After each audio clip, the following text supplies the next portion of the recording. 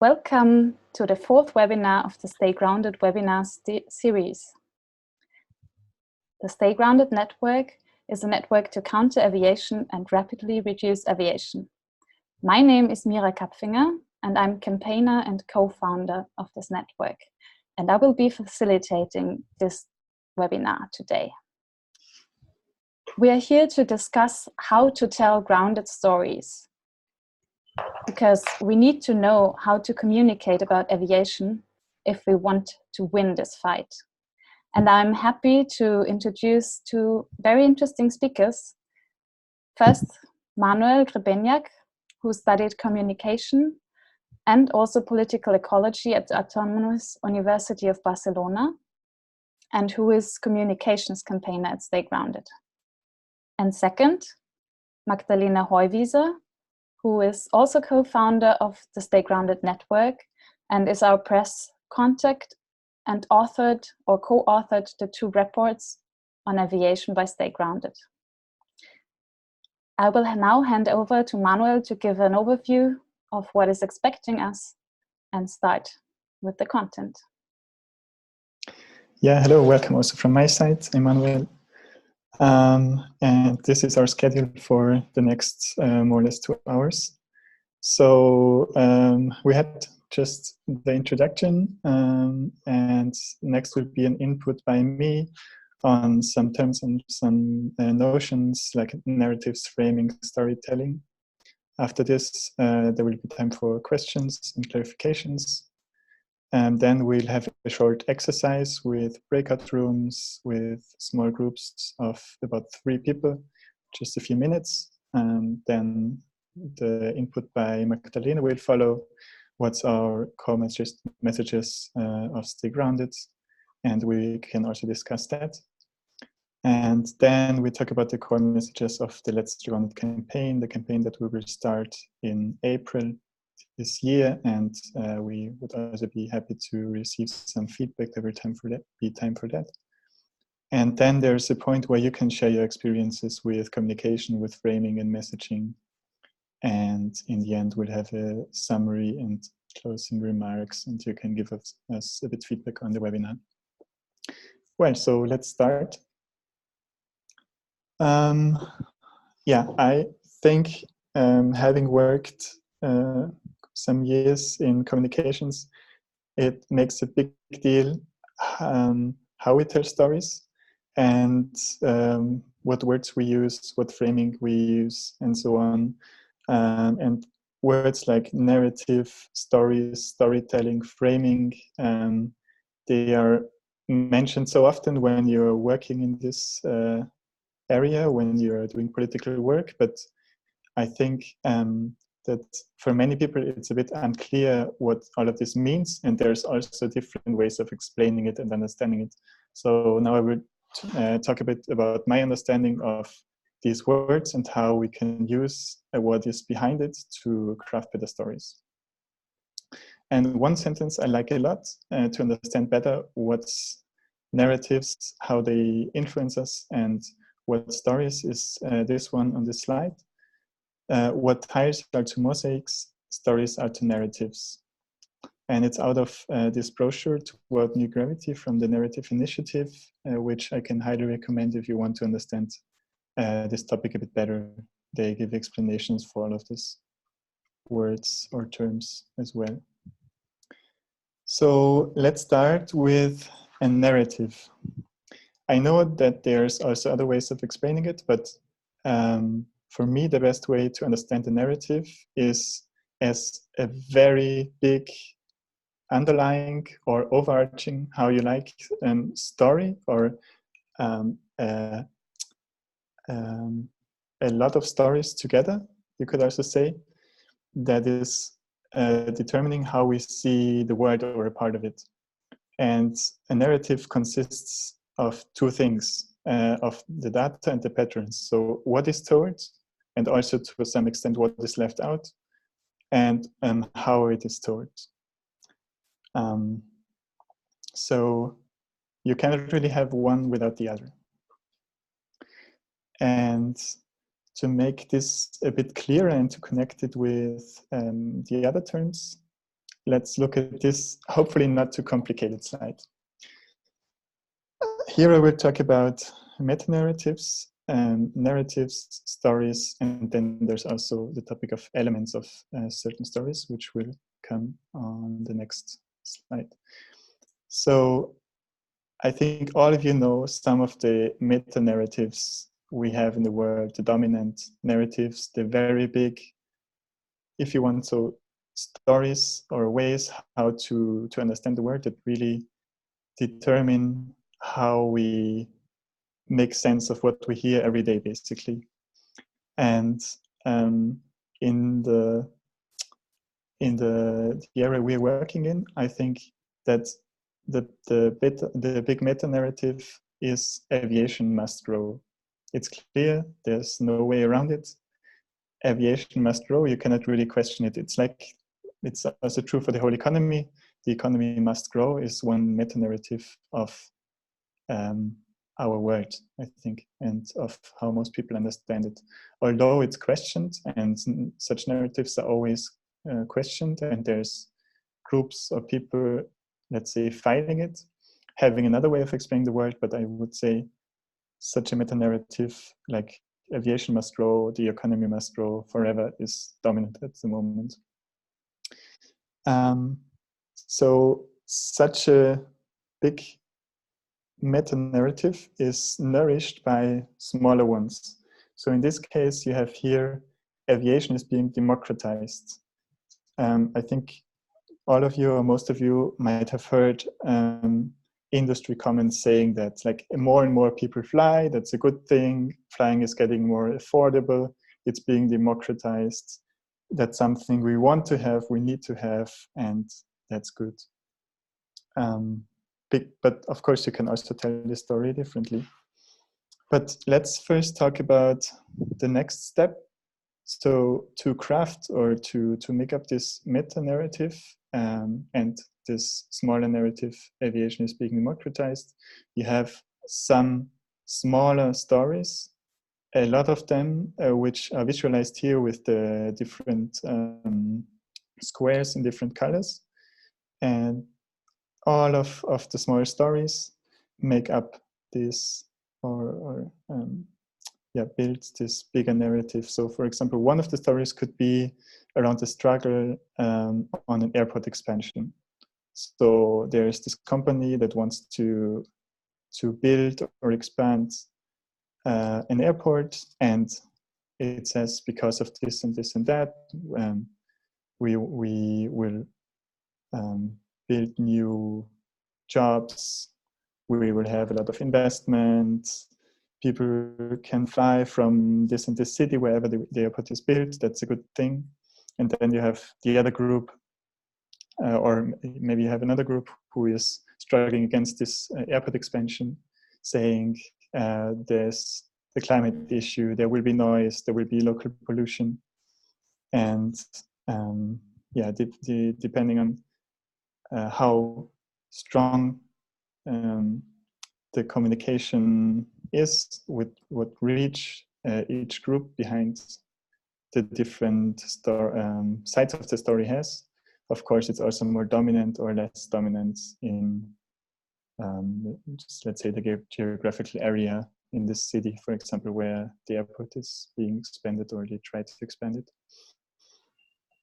And then there's the next issue, that all of those stories have different elements. You can analyze basically every story and see what elements, what points, what things are we talking about when they tell the story. So let's go on to that. I have to say, every good story, also when we craft it, when you think about it, has these elements. But sometimes when we write down, when we build a story for a campaign or whatever, we are missing something. So if you want to build a story, and if you want, for example, to talk about this airport that's being expanded, or they try to expand it, then you always should try to find these elements if you want to tell a story according to your values and your goals. So obviously there's a conflict. So in this case of the airport that they want to expand, it would be the company that is running the airport, the company that will do the expansion, the government that's behind the expansion, that's forcing it, that's pushing for it, or whatever. And then on the other hand, there would be the people living in the area and the people who suffer from noise and who are actively against the airport. Maybe there would be a climate justice group saying there's a lot of climate impact, or maybe other groups who have something against it. And to tell any story, any good story that's appealing to someone, you have to have some sort of conflict or some sort of two parties.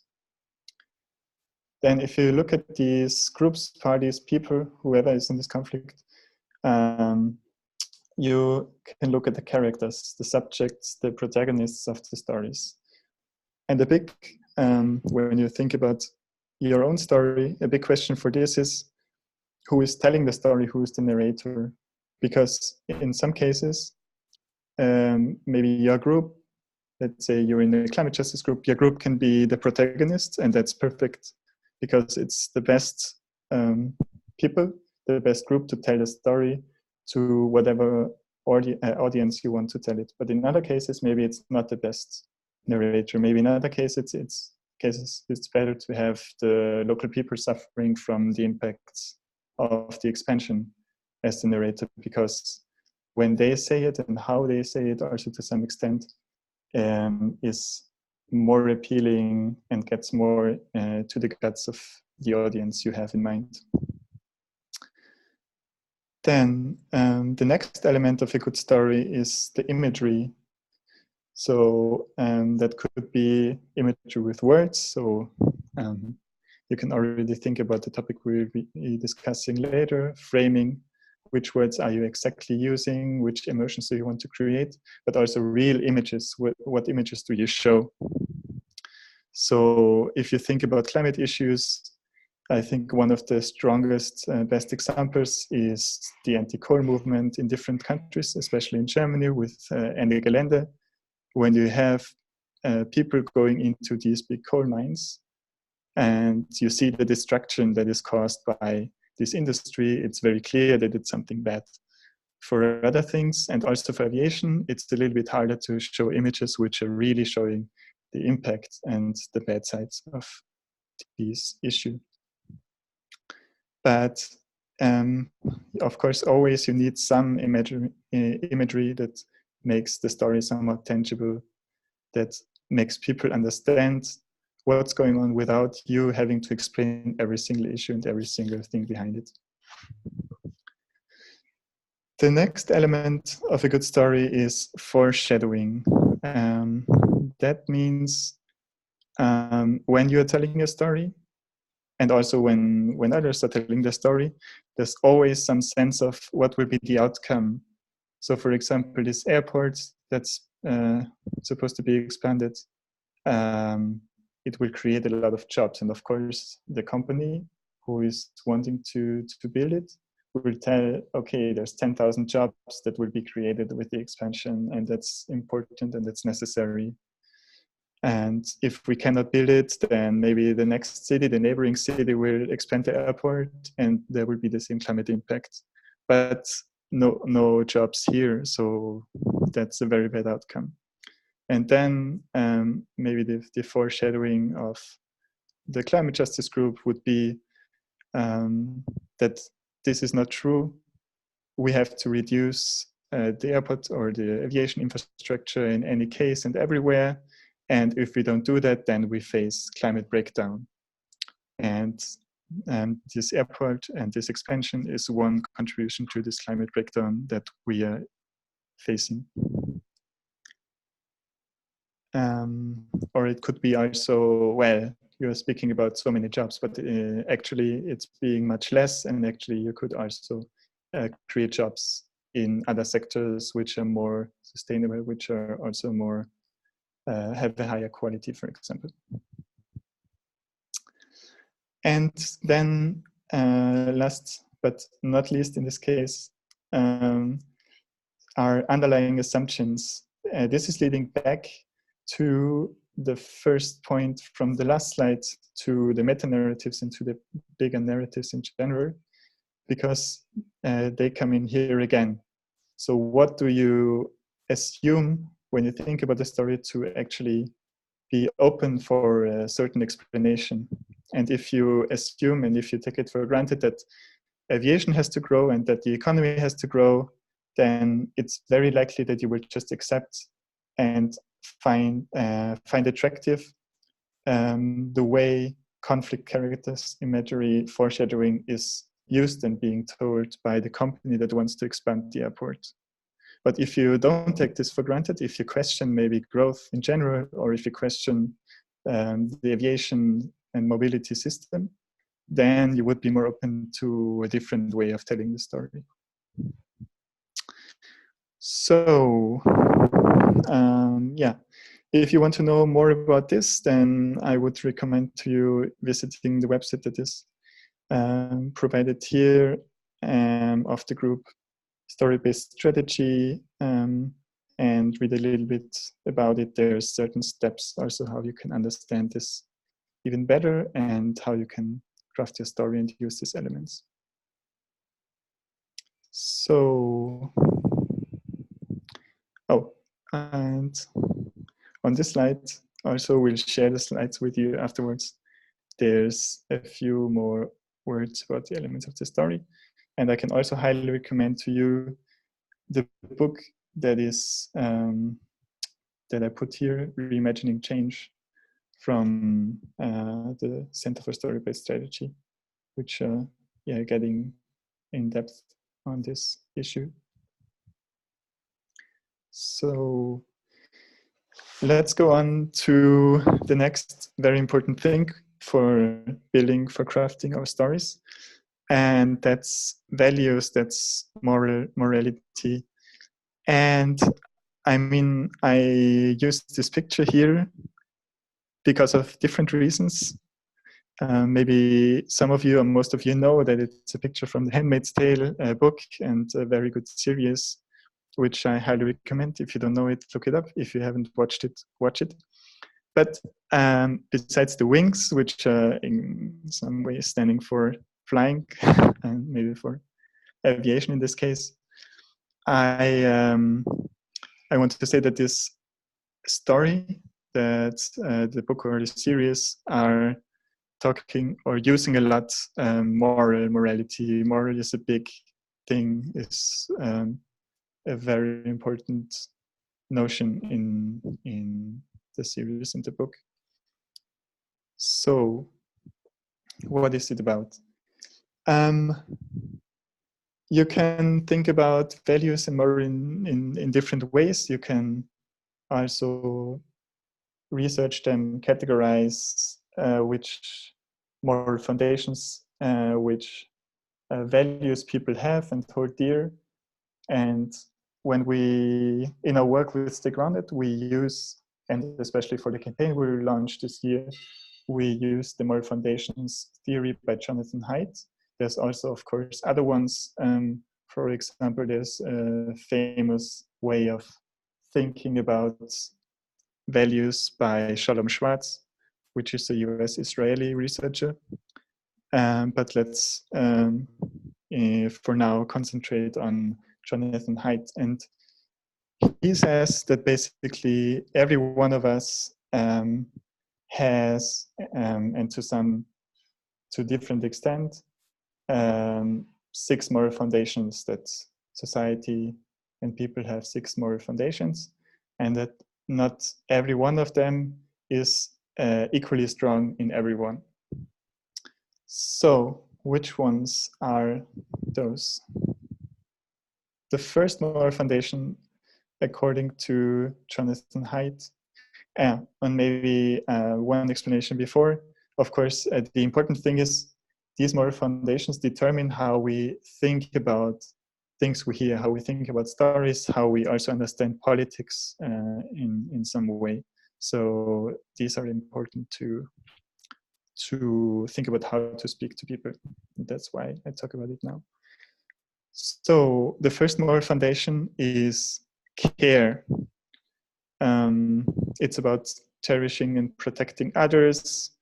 It's about preventing harm from people you hold dear, especially, or also in general. The second moral foundation is fairness or proportionality. It's about justice issues. It's about distribution in many cases when you think about politics. And it's the opposite of cheating. So these small foundations, I always put an opposite, and also Haidt always speaks about, so to speak, the positive and the negative side, the foundation and the opposite. Because you can appeal to these foundations in different ways, in a positive way and in a negative way, if you want to. So the next one is the loyalty or in-group foundation. So I think every one of us identifies with a certain group, may it be a family, may it be a nation, maybe in this group less than in average in the society. May it be with a sports team.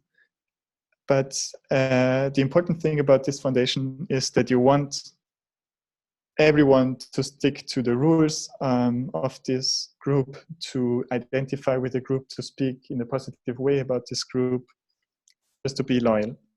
And the opposite of that is betrayal. The next moral foundation is authority or respect. It's, I think you can already see we're getting from a pretty liberal or let's say left understanding to now a more right-wing, to more right-wing values. So the authority foundation is a lot about tradition. It's about, let's say, leadership. It's about institutions. So in every society, there's some people which have more power than others. There's some institutions. And if you hold this foundation dear, if it's important to you, then you will be, you will oppose someone who is not acting according to the authority of these people or institutions. So the opposite of this foundation is subversion. And the next one is sanctity or purity. Sounds religious. It's also explained very often with religion. So, but it's something that also comes from, I would say, that has, I mean, like to some extent, all of the foundations, but has very strong roots in prehistoric times. So we have something against disgusting things, food, or actions we find that are hurting the purity of something. And yeah, it's very often about religious things, so not accepting the sanctity of religious of a religious thing, of a symbol, for example. And the opposite of this is degradation. So maybe with this word you can also see that maybe it has some, it can be used to speak about the environment as well. And the last foundation that was added later from Jonathan Haidt, first he was just talking about 5, and then he added the 6th foundation. The last one is liberty. And that is about, how free you are in the given society, how much freedom is provided to live without interference of others, or how much oppression is in a society, and if someone is accepting some sort of oppression or not. So, for example, in some cases, it would be perceived as a positive thing that people are doing something against oppression that is present in a society. But if someone has maybe a very strong authority foundation and a less strong liberty foundation, then they would see this as a negative thing. Yeah, that's more foundations. If you want to know more about this, also here is a book. It's called The Righteous Mind by Jonathan Haidt, where he talks about the foundations and the background of it, and also about the next thing. Oh, that's yeah, about this. So what is important and what is useful for us about the moral foundations is that they give us some sort of help for thinking about the people we are talking to. Because what happens very often when we tell our stories, when we write our texts for work, when we are campaigning, is that we are talking like we would talk to ourselves. And sometimes that's maybe the best way, because the audience we have is very similar to us. But I would say in general, the bigger the audience and the broader the audience, the more you have to think about, like actively have to think about to whom are you speaking and how are they, what do they hold dear, what is important for them, what is less important, just what values do they have. And what Haidt saw when he was doing some research and some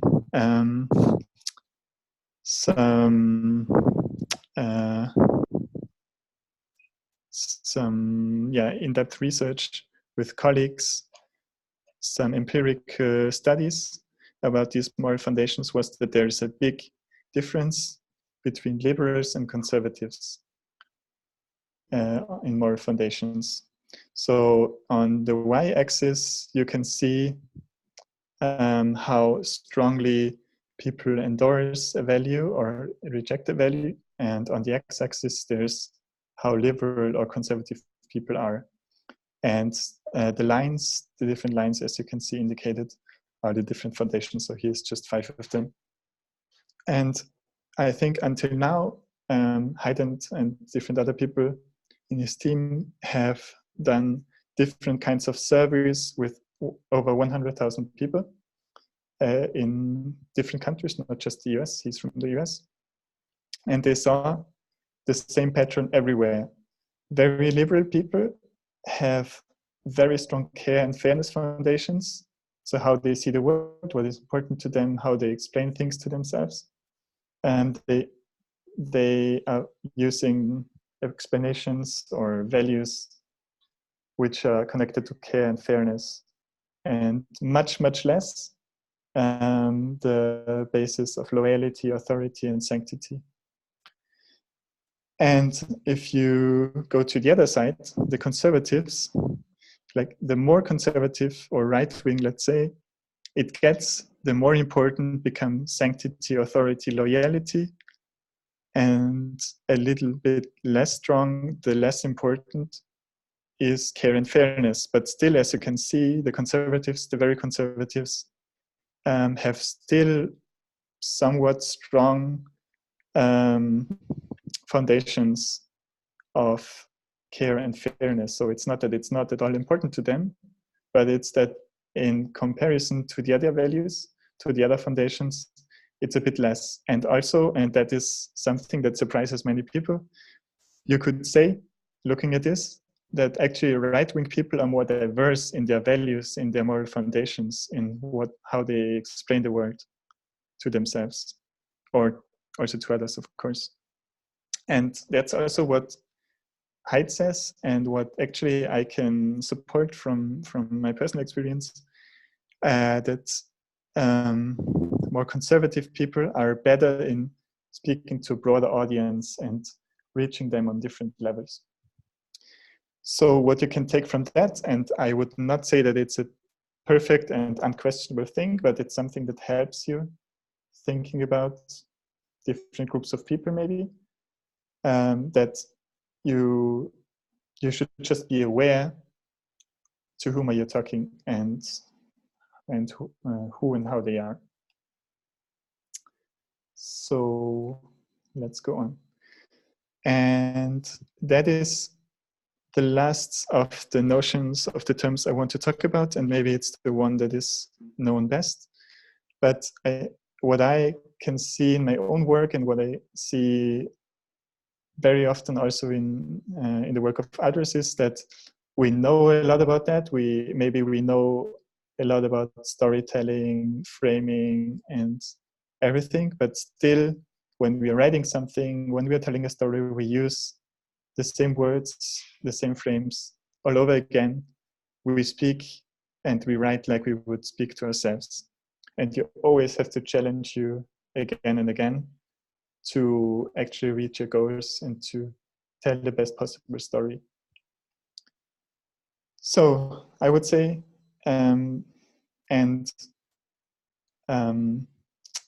the theory says that language should match our content, but often it doesn't. And also also a lot of empirical studies show that. So to explain what is framing, I like to use this example. So let's say a patient is in the hospital, and let's say it's a relative, maybe your sister. And the doctor comes to you and tells you, well, we have to do a surgery with your sister. What do you think? Do you agree? She will survive with a probability of 90%. So just think about yourself. What would you say to the doctor? Studies show that a majority says yes when the facts are presented like that. When the doctor says she will survive with a probability of 90%. But the doctor could also come and say, well, your sister will die with a probability of 10%. And when the same facts, so it's always 90% of probability of surviving and 10% of probability of dying, but still when it's presented the other way around, then the majority of people says no, don't do it. So I think this example shows that it's important how we present the same facts. So a little bit more theoretical and broader, what are frames? They're an interpretative framework.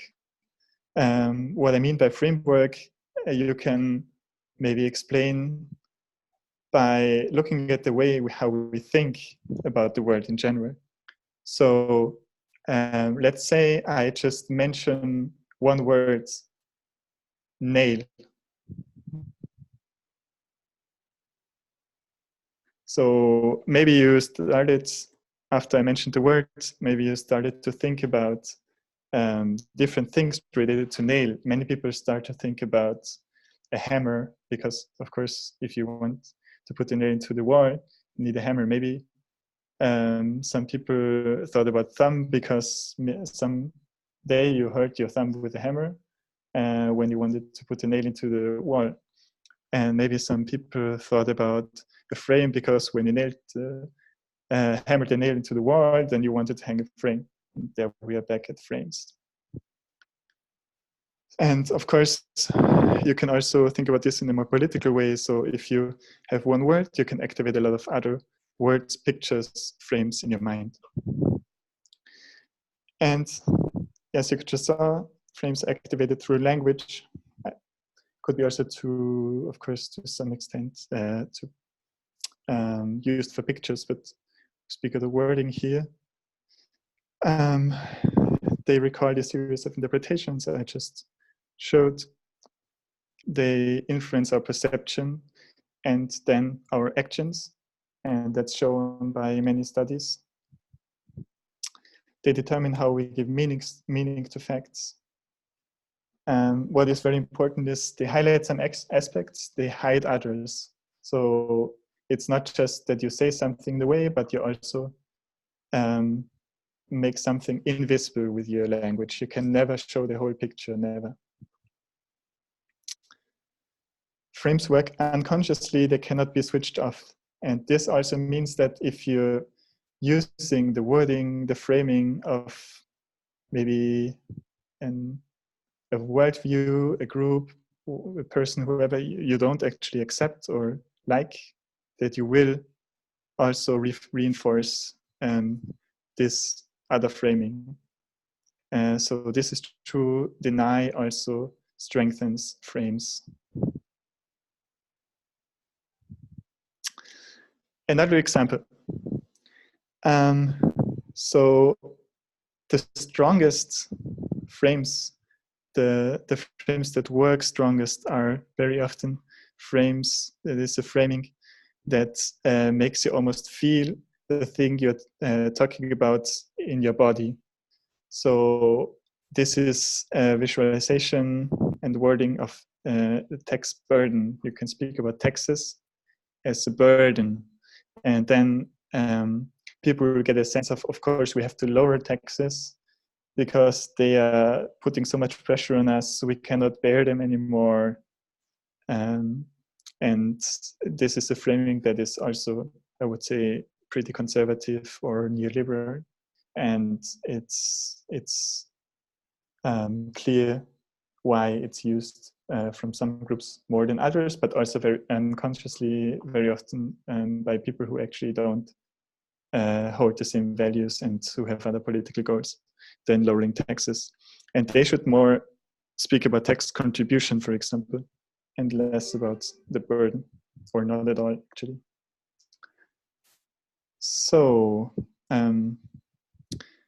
one other example would be, and that it's very well known already, I would say, how to speak about the climate. When we say climate change, or when we say global warming, that sounds almost like something positive, because change is perceived as something positive, at least most of the time. And warming especially is perceived as something positive. That's again a framing that appeals, that speaks to your senses. No, warm, it's good to have a warm environment. And we should rather speak about global heating, the climate crisis, climate breakdown, things like that. Okay, that was the first part, the longer introduction to the terms we're working with. And now you can ask your questions about this. Thanks a lot, Manuel. So if there are any questions, feel free to raise your hand. Yeah, Dimitri, you raised your hand. Please remember also to unmute yourself before you start talking. Hello, everybody. Sorry I was a bit late. I couldn't make it out of work. I'm very happy that you mentioned Jonathan Haidt and his moral reasoning. I've stumbled upon him too, and I think it's very useful to talk to people from with a different mindset to use his principles. And I missed if you mentioned this, that he recommends also at the beginning to concede a weak point that your side actually has. If you know that you're talking to somebody who uses different frames, to say, you know, I know that actually this is my side. We're environmentalists, so to say, and we are always going on about the climate. And sometimes it's a bit too tiring for people who are not as involved. You know, showing to the other side that actually your side also has its weaknesses. He recommends this as a strategy to make you feel or seem a bit more sympathetic to others. Also, so to show that you're aware how they are seeing you. And perhaps also pick up a strong point of their side to show that you're caring for honesty in the dialogue, and also are ready to have a fair discussion, or are not trying to fight against them. So this was something just off the top of my head. what I remember from Hyde too. Yeah, I agree. Thanks for the addition. Yeah, unfortunately, I could not speak about the whole book. Are there any other questions of understanding for now? We will also later have a longer time for more open and broad discussion. But if there are any things that were unclear in the presentation, feel free to ask now.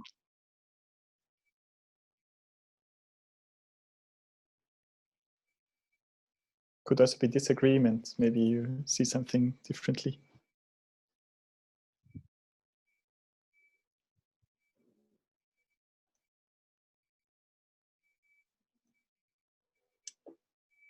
Everybody's very agreeing, I guess. I hope that's good. Okay, then in case questions come up, you can also post them in the chat or keep them for the discussion. And then let's use the time to start with the exercise you prepared, Manuel. Yeah. Okay, with the newly learned or with the already existing knowledge about this narrative storytelling framing, I would now ask you to split up in groups of about 3, so in breakout groups, and this will be managed by Mira, and choose one of these 6 headlines. I collected them. It's recent headlines about aviation by different actors, but more, I would say, industry close.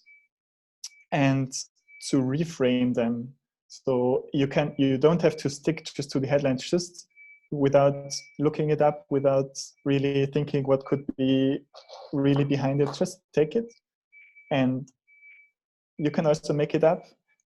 How could you speak about this in a different way, so it's more enforcing our values, and so it's speaking for our goals, and just write down, or come up with one different headline with the right framing, whatever you see as the right framing.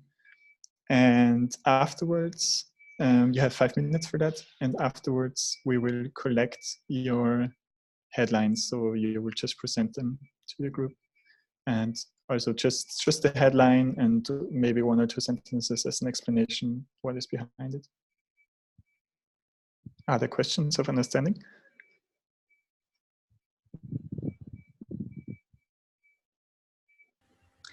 Okay, welcome back everybody from the breakout sessions. Yes, so we've been working on, we've been thinking about how to communicate about aviation since we've existed, of course, and we have come up with some messages we really find quite important, and we do see that some other stakeholders working on aviation don't really have the same core messages as we do. And so I think it's interesting to talk about it, and also to hear your feedback and how you, what would be your core messages on this issue. So I think our main messages would be those 4. First, aviation's climate impact is much worse than we thought, because it is true that most people don't know yet how bad it is actually, because the industry numbers are still misleading.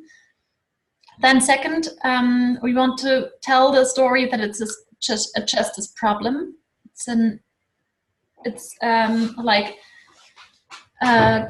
Aviation is like the typical climate injustice example.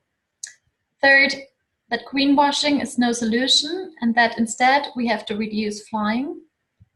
And fourth, that grounded travel is an alternative. So I will go into those a bit deeper now, and you will see that, sometimes we try to use pictures and metaphors. Sometimes we haven't managed to do that yet. Maybe we come up with some better metaphors. And I also realized that we mostly appeal to the moral foundations of fairness and care, since we are, I consider ourselves more on the progressive side and not on the conservative side. So sometimes we also do appeal to sanctity and some loyalty and some of those morals, but maybe not as much as we could. So next slide, please. So sentences we use often, and we try to use them in interviews and when talking to the press, are "we are on a flight towards climate breakdown." It is basically an image, like you see "we are on a flight" and it flies us straight into climate breakdown. And also flying is the fastest way to fry the planet. We decided that we would like to talk about, we would use the number of 5 to 8%. Aviation is responsible for 5 to 8% of climate heating worldwide, because the industry still talks about 2% or 2.5%, which are only the CO2 emissions. And we want to talk about the whole climate impact of aviation. So we should not talk about CO2 and not only about emissions, but always say we want to tackle the climate impact of aviation, and that's already 5 to 8% worldwide, and in Europe or in some countries even more. And also, we don't only want to talk about the climate impact, we also want to talk about other negative effects like noise and health issues and fine particles and biodiversity loss and land grabbing, especially in countries of the global south. As Manuel already mentioned, we try not to use the words climate warming or climate change, but we say it's a climate crisis or earth heating. And of course, we also have to point out that aviation is growing a lot. So it will grow a lot more in the next decades, while actually we have to shrink our emissions. Okay, so next slide. It's a justice issue. So we try to continuously tell the world that this aviation impact is caused by only about 10% of the world population, while the majority of the people have never set foot on an airplane. So those 5 to 8% are actually caused by very few people. And even of those 10%, very few people are frequent flyers. So there are also major disparities within countries, mostly linked to income. So it's actually a class issue. I wouldn't say class issue in interviews, and for us to keep it in mind, I think that's a very important message. So for example, in England, 10% took more than half of the flights abroad. To bring examples, let's blame the frequent flyers, so that people who are flying like once a year or flying every 3 years in order to visit their family who live in another continent don't feel blamed. Because actually this flight shaming discourse, we consider it not to be very, very fruitful. It has been picked up a lot by the media, but we don't use this flight shaming discourse, and we don't want to shame individuals, but rather, shame some individuals maybe, shame the very frequent flyers, the rich frequent flyers, but not shame everybody. And rather point towards the structures that cause this growth of aviation. So those 10% of the world population, we do have issues of really finding very good sources about this. There are simply no good research. There's no good research that tells us how much percent of the world population right now has sitting in an airplane, but there are indicators that it's about 10%, and sometimes there are different numbers, but never with really good sources. So we stick to those 10% because that's what we use in our position paper and in our reports, and now also in our campaign. So I'm looking forward to hearing your comments on that, or yeah, it would be great if you also want to use this number so that we are somehow more consistent. And then saying that it's a justice issue, we can for example, use the messages, while some fly, we all pay the subsidies. So this would maybe be like something also for that also conservatives like to hear, because, or not like to hear. It's somehow this loyalty issue or a fairness issue too. We all have to pay because some fly a lot. And also the message, while some fly, others bear the consequences. Residents exposed to noise and particle pollution from planes, local ecosystems, future generations, and those in the global south who already bear the brunt of the climate crisis. So we do want to have also this global injustice in there in our message. We are a global network, and even if we weren't, I think it's very important to point out towards those voices who are not heard much, and those people who are already suffering most from the climate crisis. So next slide, thank you. The third message we are telling a lot is that greenwashing is no solution. It's something that's not being told by many stakeholders. So there are several NGOs who are actually repeating the dominant narratives of the industry. They are talking about our aim is carbon neutral growth, or sustainable aviation, or that we want green flying.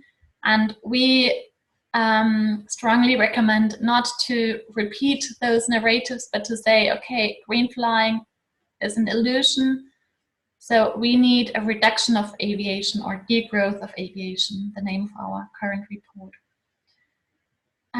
We also find it very important to bring the message into the world that offsetting is a modern sale of indulgences.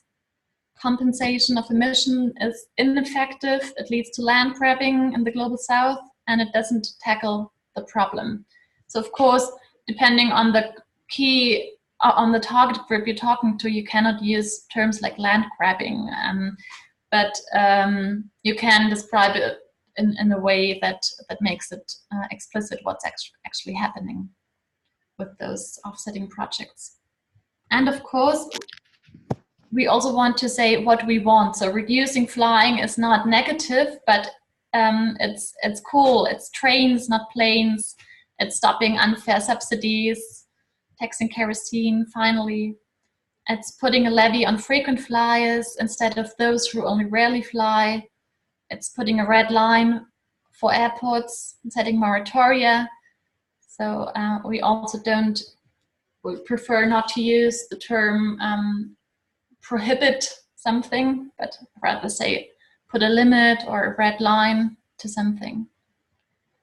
Okay, and the last slide.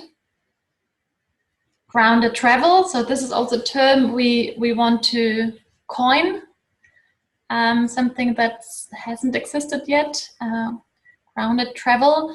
So paint pictures of what we actually want. We actually decided not to use planes too much as imagery and photos on our website, on our materials, but rather show what we want, not trains, night trains, passenger ships, coaches, etc. Online conferences. And we want to paint a vision that's attractive. It's not a vision of, yeah, we cannot fly anymore, and that's like we actually say, no, it's we want a world in which we can travel in a way that our children can still travel too. And a member of Stay Grounded, Chris Watson, also wrote a book. It's called Beyond Flying, Rethinking Air Travel in a Globally Connected World. And he proposes to actually not talk about aviation and flying, not even using those terms, but talking about climate safe travel. I would disagree a bit with him. I think it is important to also say what we do not want, and if we talk about flying, we have to talk about flying. But of course, he's very right in this notion that we do also need to talk about the alternatives and about the positive notions and not forget about that. Okay, so this was a very short, trying to very shortly sum up our core messages, and I'm happy to get questions on that or any feedback now.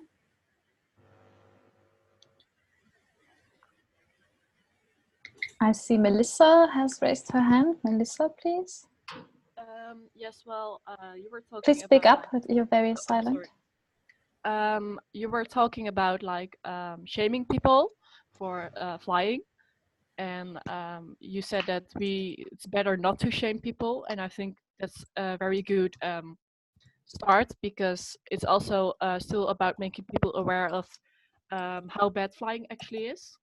And I think if you start shaming people, that they won't listen to your message anymore and they won't pay attention to you. So I think it's really important that we take a positive approach, and that we are trying to give people the alternatives and not shame them.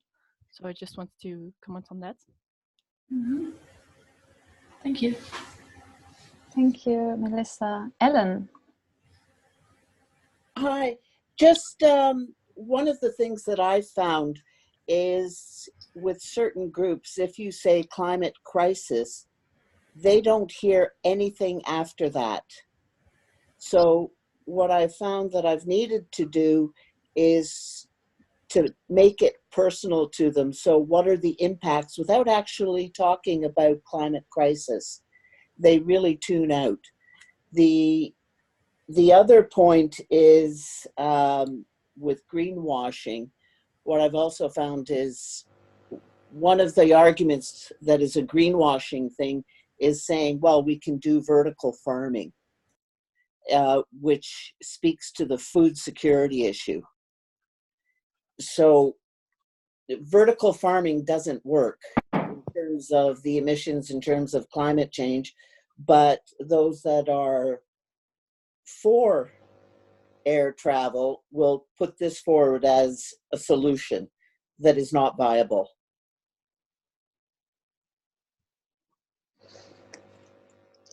I just wanted to put that out there.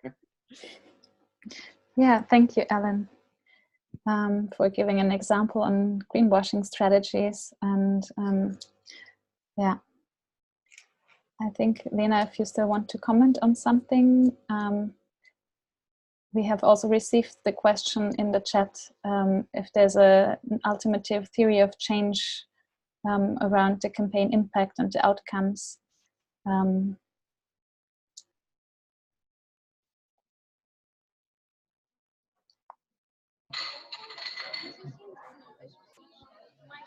So yes, we will probably link to the theory of change in the documentation of the webinar, because there is a strategy behind it. And I see Natalie has raised her hand, and I would then close the speakers list and keep further questions for later, because we're running a little late. Natalie? I ran the Flight Free 2020 campaign, and I'm seriously questioning myself about the there's a lot of things that I really like about the campaign, but you're really striking a chord when you say to focus on the positive, and a lot of people translate the Flight Free campaign into something that's shaming, which I feel is really too bad, but I get it. So I wanted to maybe hear comments. I'm really not going to take anything personal. I'm really looking to just see how it's perceived by the community within here, and I really enjoy the term climate safe travel. I find that very appealing. I'm trying to translate it into French, but anyways, is there any comments that you guys, or recommendations that you would have to maybe tweak the campaign and according to what was just presented. Yeah, thanks a lot for the inspiring question. Maybe we could hear one or two comments and then put further ideas into the chat. One suggestion would be, I think I touched it in the next part about our campaign, and then we have the open space for the discussion amongst us. Would that be an idea? Okay, yeah, then let's postpone the question. Maybe you can also already, all of you, think about it, and Manuel will first of all touch it, and then we can touch it in the next round of discussion. Yeah. Okay. Because the next point is about the campaign we will start this year, and also, of course, the communication around it. And I think I'm sure we have been also influenced and built upon work by others, flight-free campaigns, and so on, and build something that's even more comprehensive. I mean, all of the other campaigns that exist already are learning and changing and making their communication and their campaigns better. So we also try that. And what is pretty special, I think, in our campaign, I cannot present the whole campaign, but what I think is very special is that we have in one campaign the two approaches of systemic change and individual changes or behavior changes of people, and try to combine that and use people who want to change their behavior and who want to speak about that also for a systemic change and for a bigger cause. And we try to get engaged with people in four ways or through 4 pillars. So we ask them, like the flight-free campaigns, for pledges to stay grounded and not to fly for a certain amount of time. We also ask them to take part in actions, which would be maybe something for less people, but it's a very important thing. So, for example, actions against airport expansions, to come back to the example from the beginning. We changed them to support broad demands for changes of rules, for policy changes, because that's what's also needed. And we asked them to go to their organizations, to their university, school, workplace, and try to change the travel policies that are in place there, or also just get in contact with organizations directly and ask them to change their travel policies. So that's about the campaign, and now to the communication around it. So our target groups, before we started the campaign, we thought about which target groups do we have, and we have 4, but 3 key ones. And the first of them is the climate justice movement, or the bigger, let's say, climate movement, activist groups, students, scholars, Fridays for Future, and so on. So they are very engaged with the climate in a broad sense, but in many cases, they still fly a lot. The same is true for green left-wing voters, so more progressive people, and NGOs and campaigners. So there's very often, if you want to frame it negatively, a hypocrisy, how we talk about the climate or flying or mobility and what we do. And then the last group are the progressive city types. So, urban, modern people who very often value traveling as something that's essential to their lifestyle. And one thing, so to understand the target groups even better, or at least, let's say, part of our target groups, we also read this report you see here in the slide, Grounded Beyond Flixcam. It's a report that was released by the end of last year. And they asked people who began to stay grounded, who did not fly or do not fly for a certain amount of time for climate reasons, why they do that. And I really recommended it. It has a lot of very interesting insights. And one of them is because we were asking ourselves, is it really about the climate so much, or would we succeed with speaking more about the positive things, about alternatives? Of course, that's important, but the report says the very most important thing for people who already stay grounded, if you want to say it like that, who have Flixcam, is the climate. That's the number one. So because we're running a bit late, I'm just mentioning this about values. We were also asking ourselves, how could we speak to the different values people have, our target groups have, and how could we frame messages according to the different values?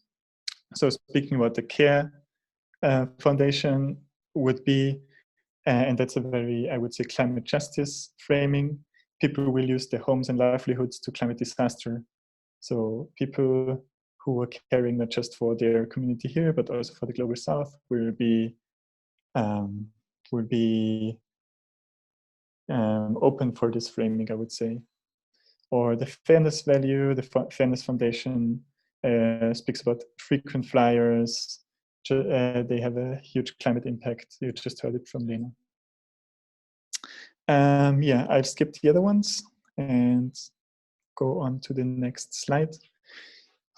Because as I told you from the Beyond Flixcam report, but also without taking that into account, I think the core messages would be the same, but it did reinforce our choice.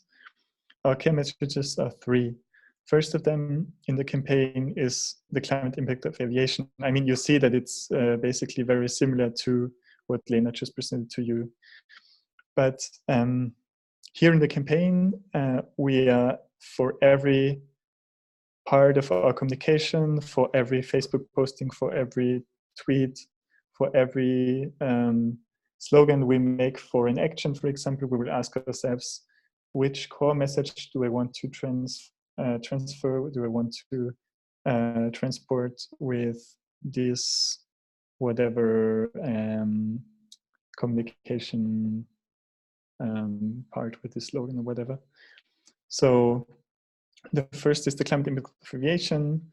We are on a flight towards climate breakdown, or also again speaking about that it's actually much worse and much bigger than most people think. The second thing, the second message is the experience of other modes of transport. So speaking about that, it can be a lot cooler, a lot better to travel, for example, by train. Of course, that's the number one alternative, or travel in other ways, like making a 3-week bike ride to somewhere. And one slogan we have for this is travel as if there was a tomorrow. Or also a whole world to explore. Staying grounded means you experience travel closer than ever before, because of course, taking the transsib or sailing across the Atlantic, what not everyone can do, but if you do it, it's a very unique experience.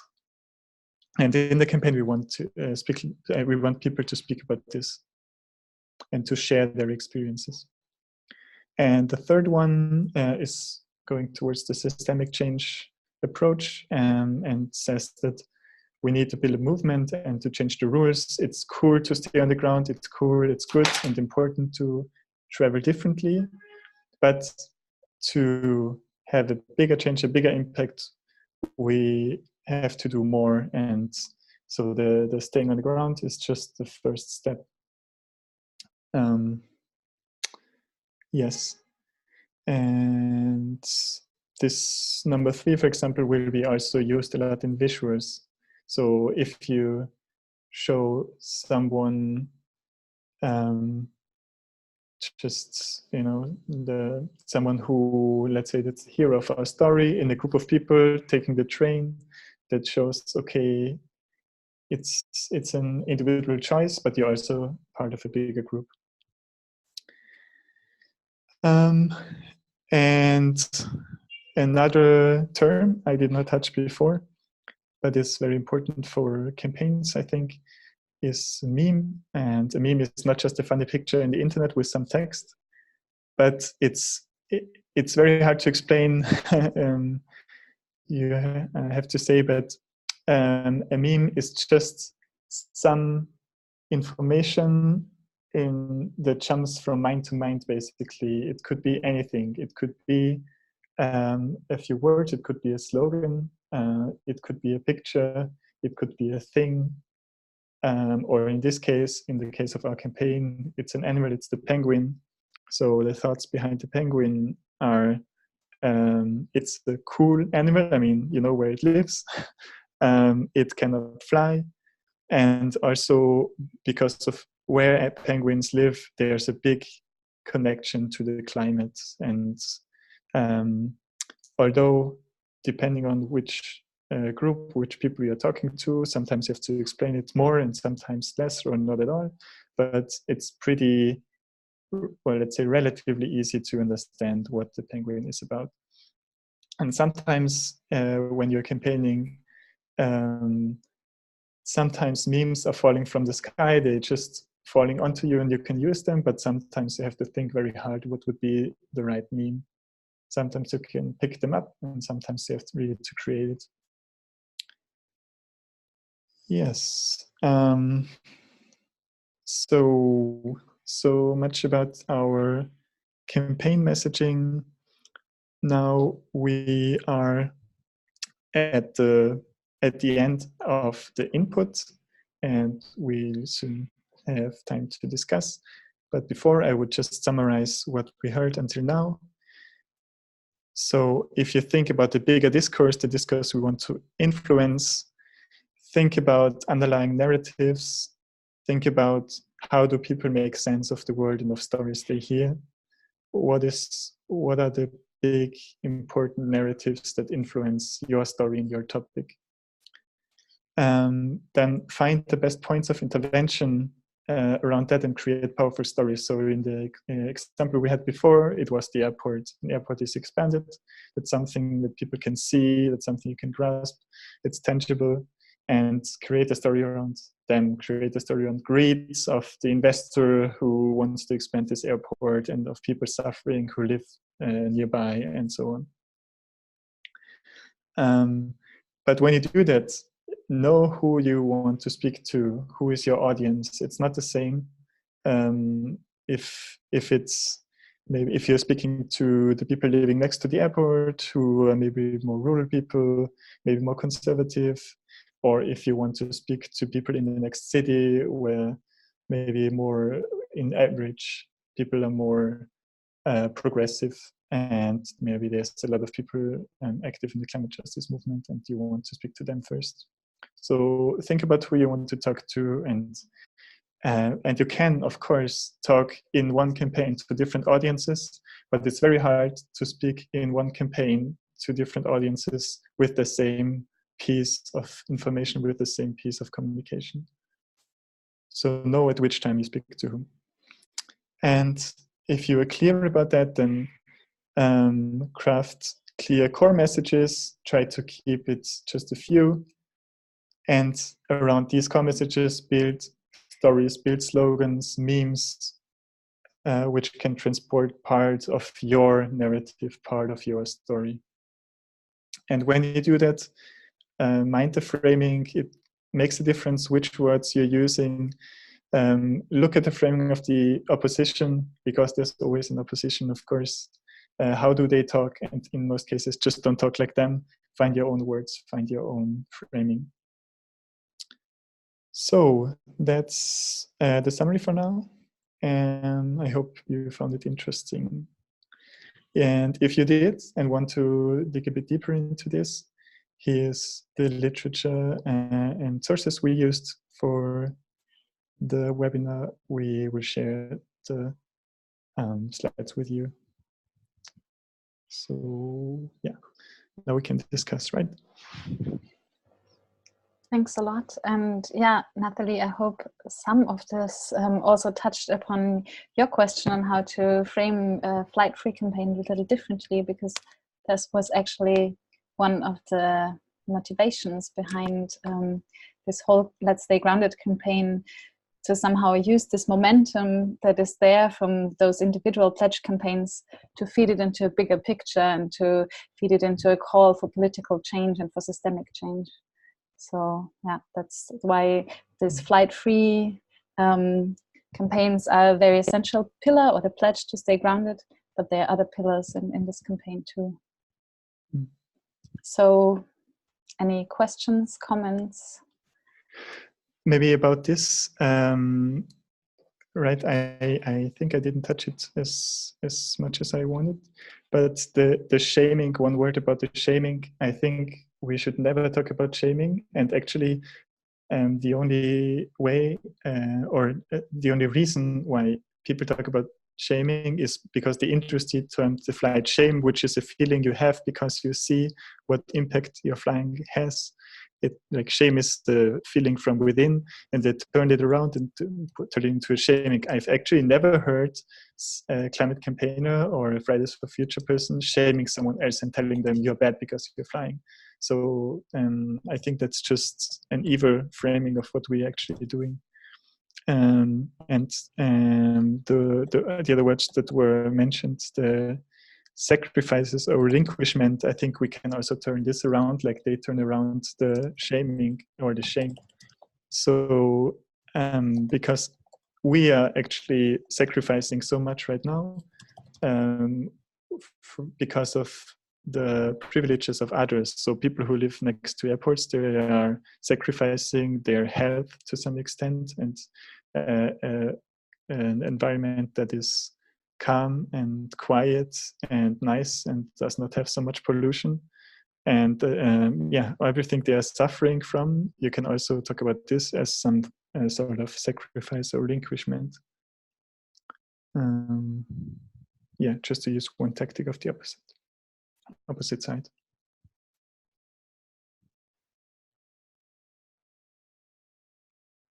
Okay, I see Dimitri has raised his hand. Thank you so much. This has been really, really much input. And now listening to you, I found even 2 to 3 more dimensions to think about, which, yeah, I've been looking at a bit in my research. One is that people have bounded rationality. That means they can only take up so much and reason about so much. At some point, it becomes too much to think about, and then they give up. So we have to be aware of not providing too many arguments, but the right ones for the fitting people. Especially if they haven't cared about the topic yet. If you give them many arguments at a time, it might be hard for them to process, and they might just tune out. And then the second part is I really want to try and address all the different logics that people are thinking in.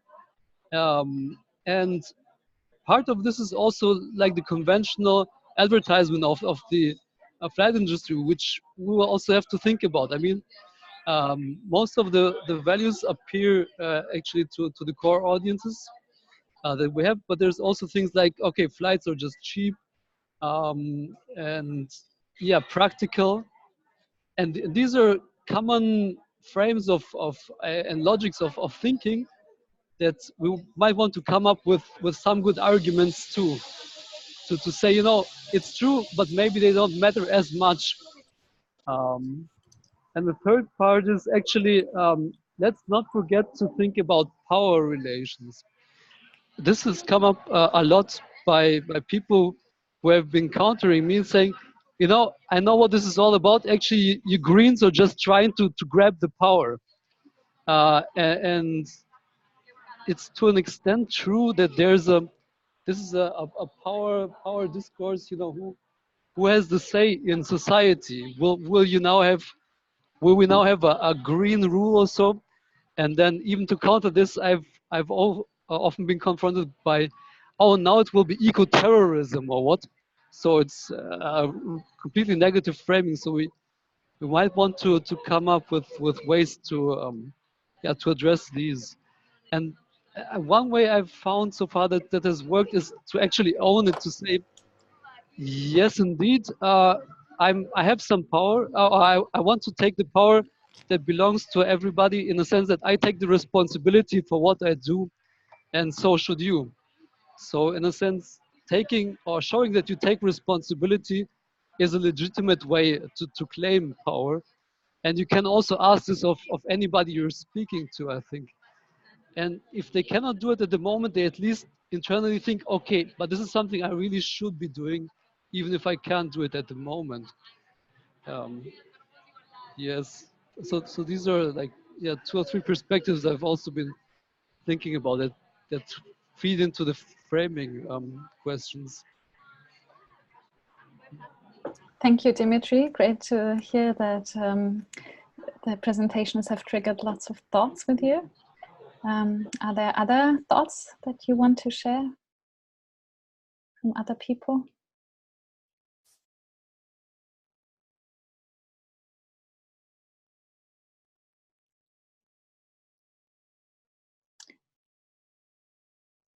Because you have mentioned power, I think talking about power relations is also something that could be used instead of shaming. So not talking about individuals as the culprits, but about aviation industry and about airports as the ones to blame, and showing the power of the aviation industry and how they actually influence political decisions and somehow create a wish for things to change from this perspective. I see that Magdalena has raised her hand. Well, if no one else wants to say anything right now, I actually want to say basically the same thing as you, Mira.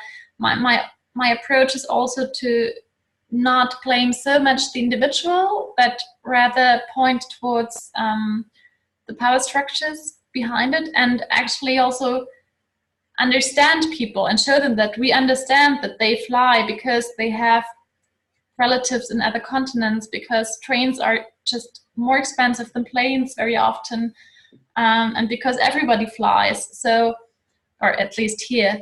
So to first understand them, maybe also in using video interviews where people explain how hard it is not to fly, and then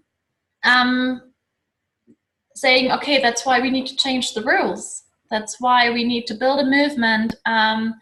We need to stay grounded all together, but we also need to change the privileges or cut the privileges of the aviation industry, and faster trains that work better, that are cheaper, etc. So this is a main approach we are using in order not to blame people.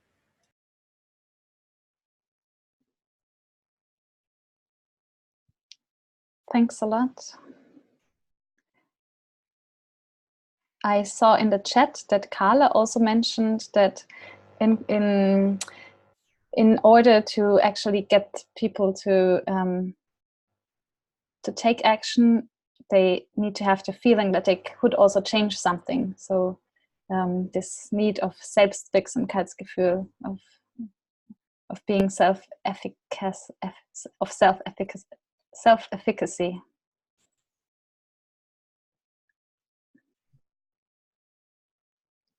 Mm-hmm. I think that's what we are trying to do with the campaign now, and with the third core message. I showed you that, I mean, of course, alone, everything you can do is staying grounded, but you won't change so much.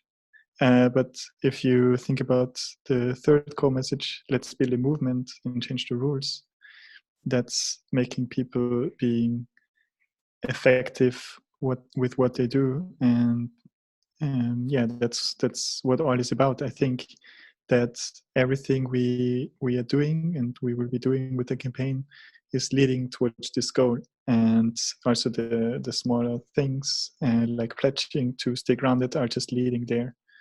There's just some steps, and not everyone can do or will want to do actions at all, and also everyone who might be open to do it will not do it as the first thing, but they have to be led there. Or if you want to frame it differently, they have to explore it themselves, but we're just giving them some opportunities and some hints.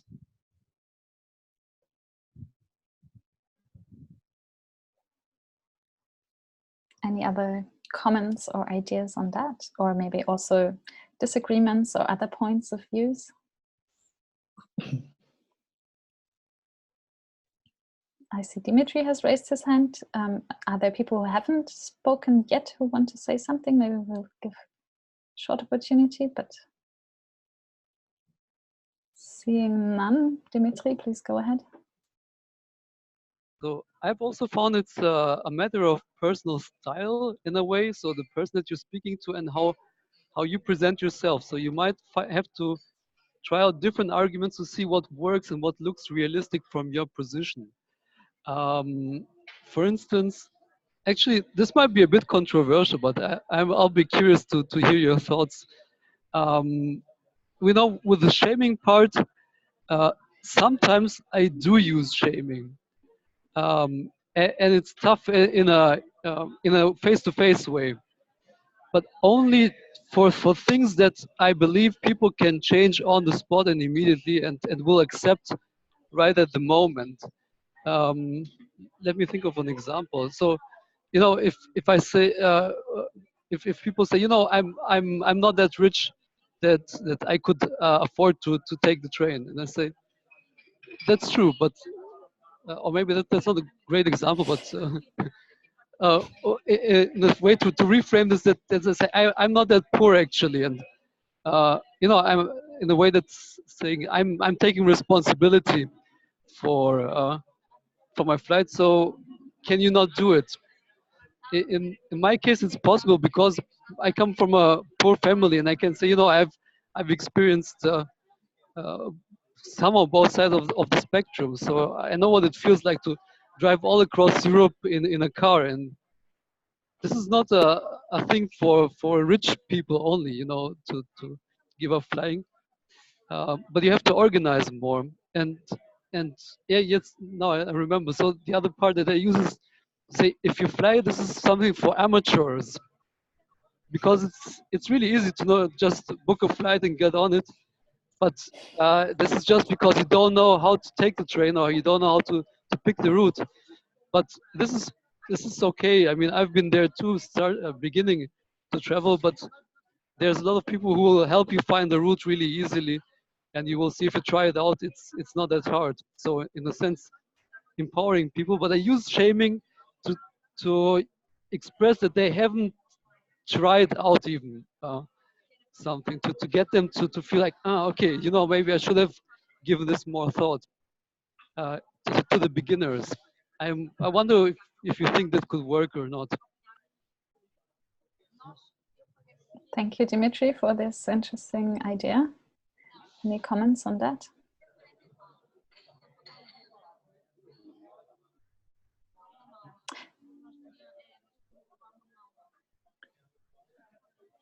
Is there someone else? Otherwise, I would have a comment. I don't see any hands raised, so Manuel, please go ahead. I think you can, I mean, I think let's speak about the broader climate movement. I think we have to shame someone sometimes, but I think you have to be very cautious about individuals, and of course in every situation maybe think about it. And I think there's also different ways of shaming or creating a sense of being ashamed, or other thoughts or feelings connected with the impact you have yourself. And I think if you say to someone, what the fuck, how can you fly these days when we know everything about the climate crisis, we are facing climate breakdown, you cannot do that, and it's unacceptable, don't do it anymore, then I think you will get a lot of resistance. But if you say it more like, it's a shame, like that, it's a shame that I mean, you will know, or that what's happening, what we're facing, it's a shame that still it's so hard for us to use other means of transport. Don't you think we could travel differently, something like that? I think it's a little bit easier to stand that. And what my experience is that people who are faced very directly and accused of something, that there's almost always resistance. And maybe one other example, because we cannot have a webinar on climate issues without mentioning Greta.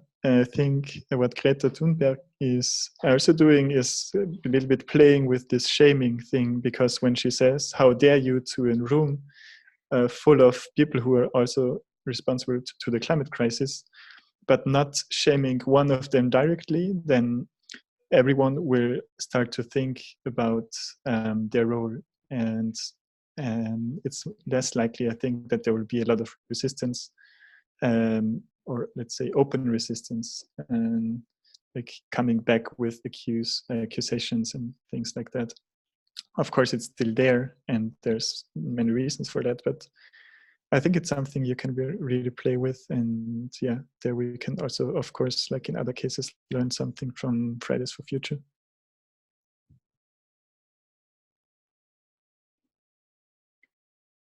Thank you, Manuel. I don't know if you saw, but Dimitri was also agreeing visually with what you just said.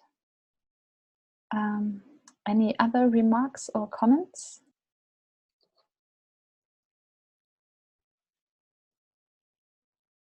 Yes, Ellen. You have to unmute yourself, Ellen. Sorry about that. I just wanted to mention that there's another element in terms of who the audience is, and that's the whole conservative / corporate side. And the idea of framing it as a personal benefit to not flying. So from a corporate view, it becomes a cost saving for the organization. It's just another layer. That's just a thought. Thanks a lot for sharing the thought, Ellen. And Natalie, you have also raised your hand. I was curious about tips on how to deal with people that are very close to you. For example, my own parents and in-laws are definitely frequent flyers, and you know, they fly several times a year. They're retired, and a lot of their friends do the same thing as well. Because they're retired, they've worked all their lives and all their savings now. They feel that it's, you know, it's been due to them that they are now should be able to fly to wherever they want for as long as they want and enjoy that. And I have a lot of trouble dealing with that on a personal level. I don't know if there's any tips on how to deal with close loved ones like that. Yeah, I think this is a very tricky and big question for the last minutes of the webinar. But I know that, Lena, you have thought a lot about this too. Maybe you want to share something briefly before we close the webinar, because we are unfortunately already quite at the end of our time. Mm-hmm. I don't have an answer to that. I think that's the most tricky part, actually. And my parents also still continue flying. Less now with me working there and talking about it, but they still do. I actually had the idea to maybe ask them if, like to say, okay, I'm thinking about not having children because the world will not be nice for them. And to maybe link it a bit to that behavior, and to also tell them, okay, I'm thinking about continuing or about having children if I see a change of you know, of politics, but also of behavior, and also of my parents, for example, joining the Parents for Future movement, and then I could be more relaxed with having children. I don't know, it's kind of harsh. I don't know if I will do it, but yeah.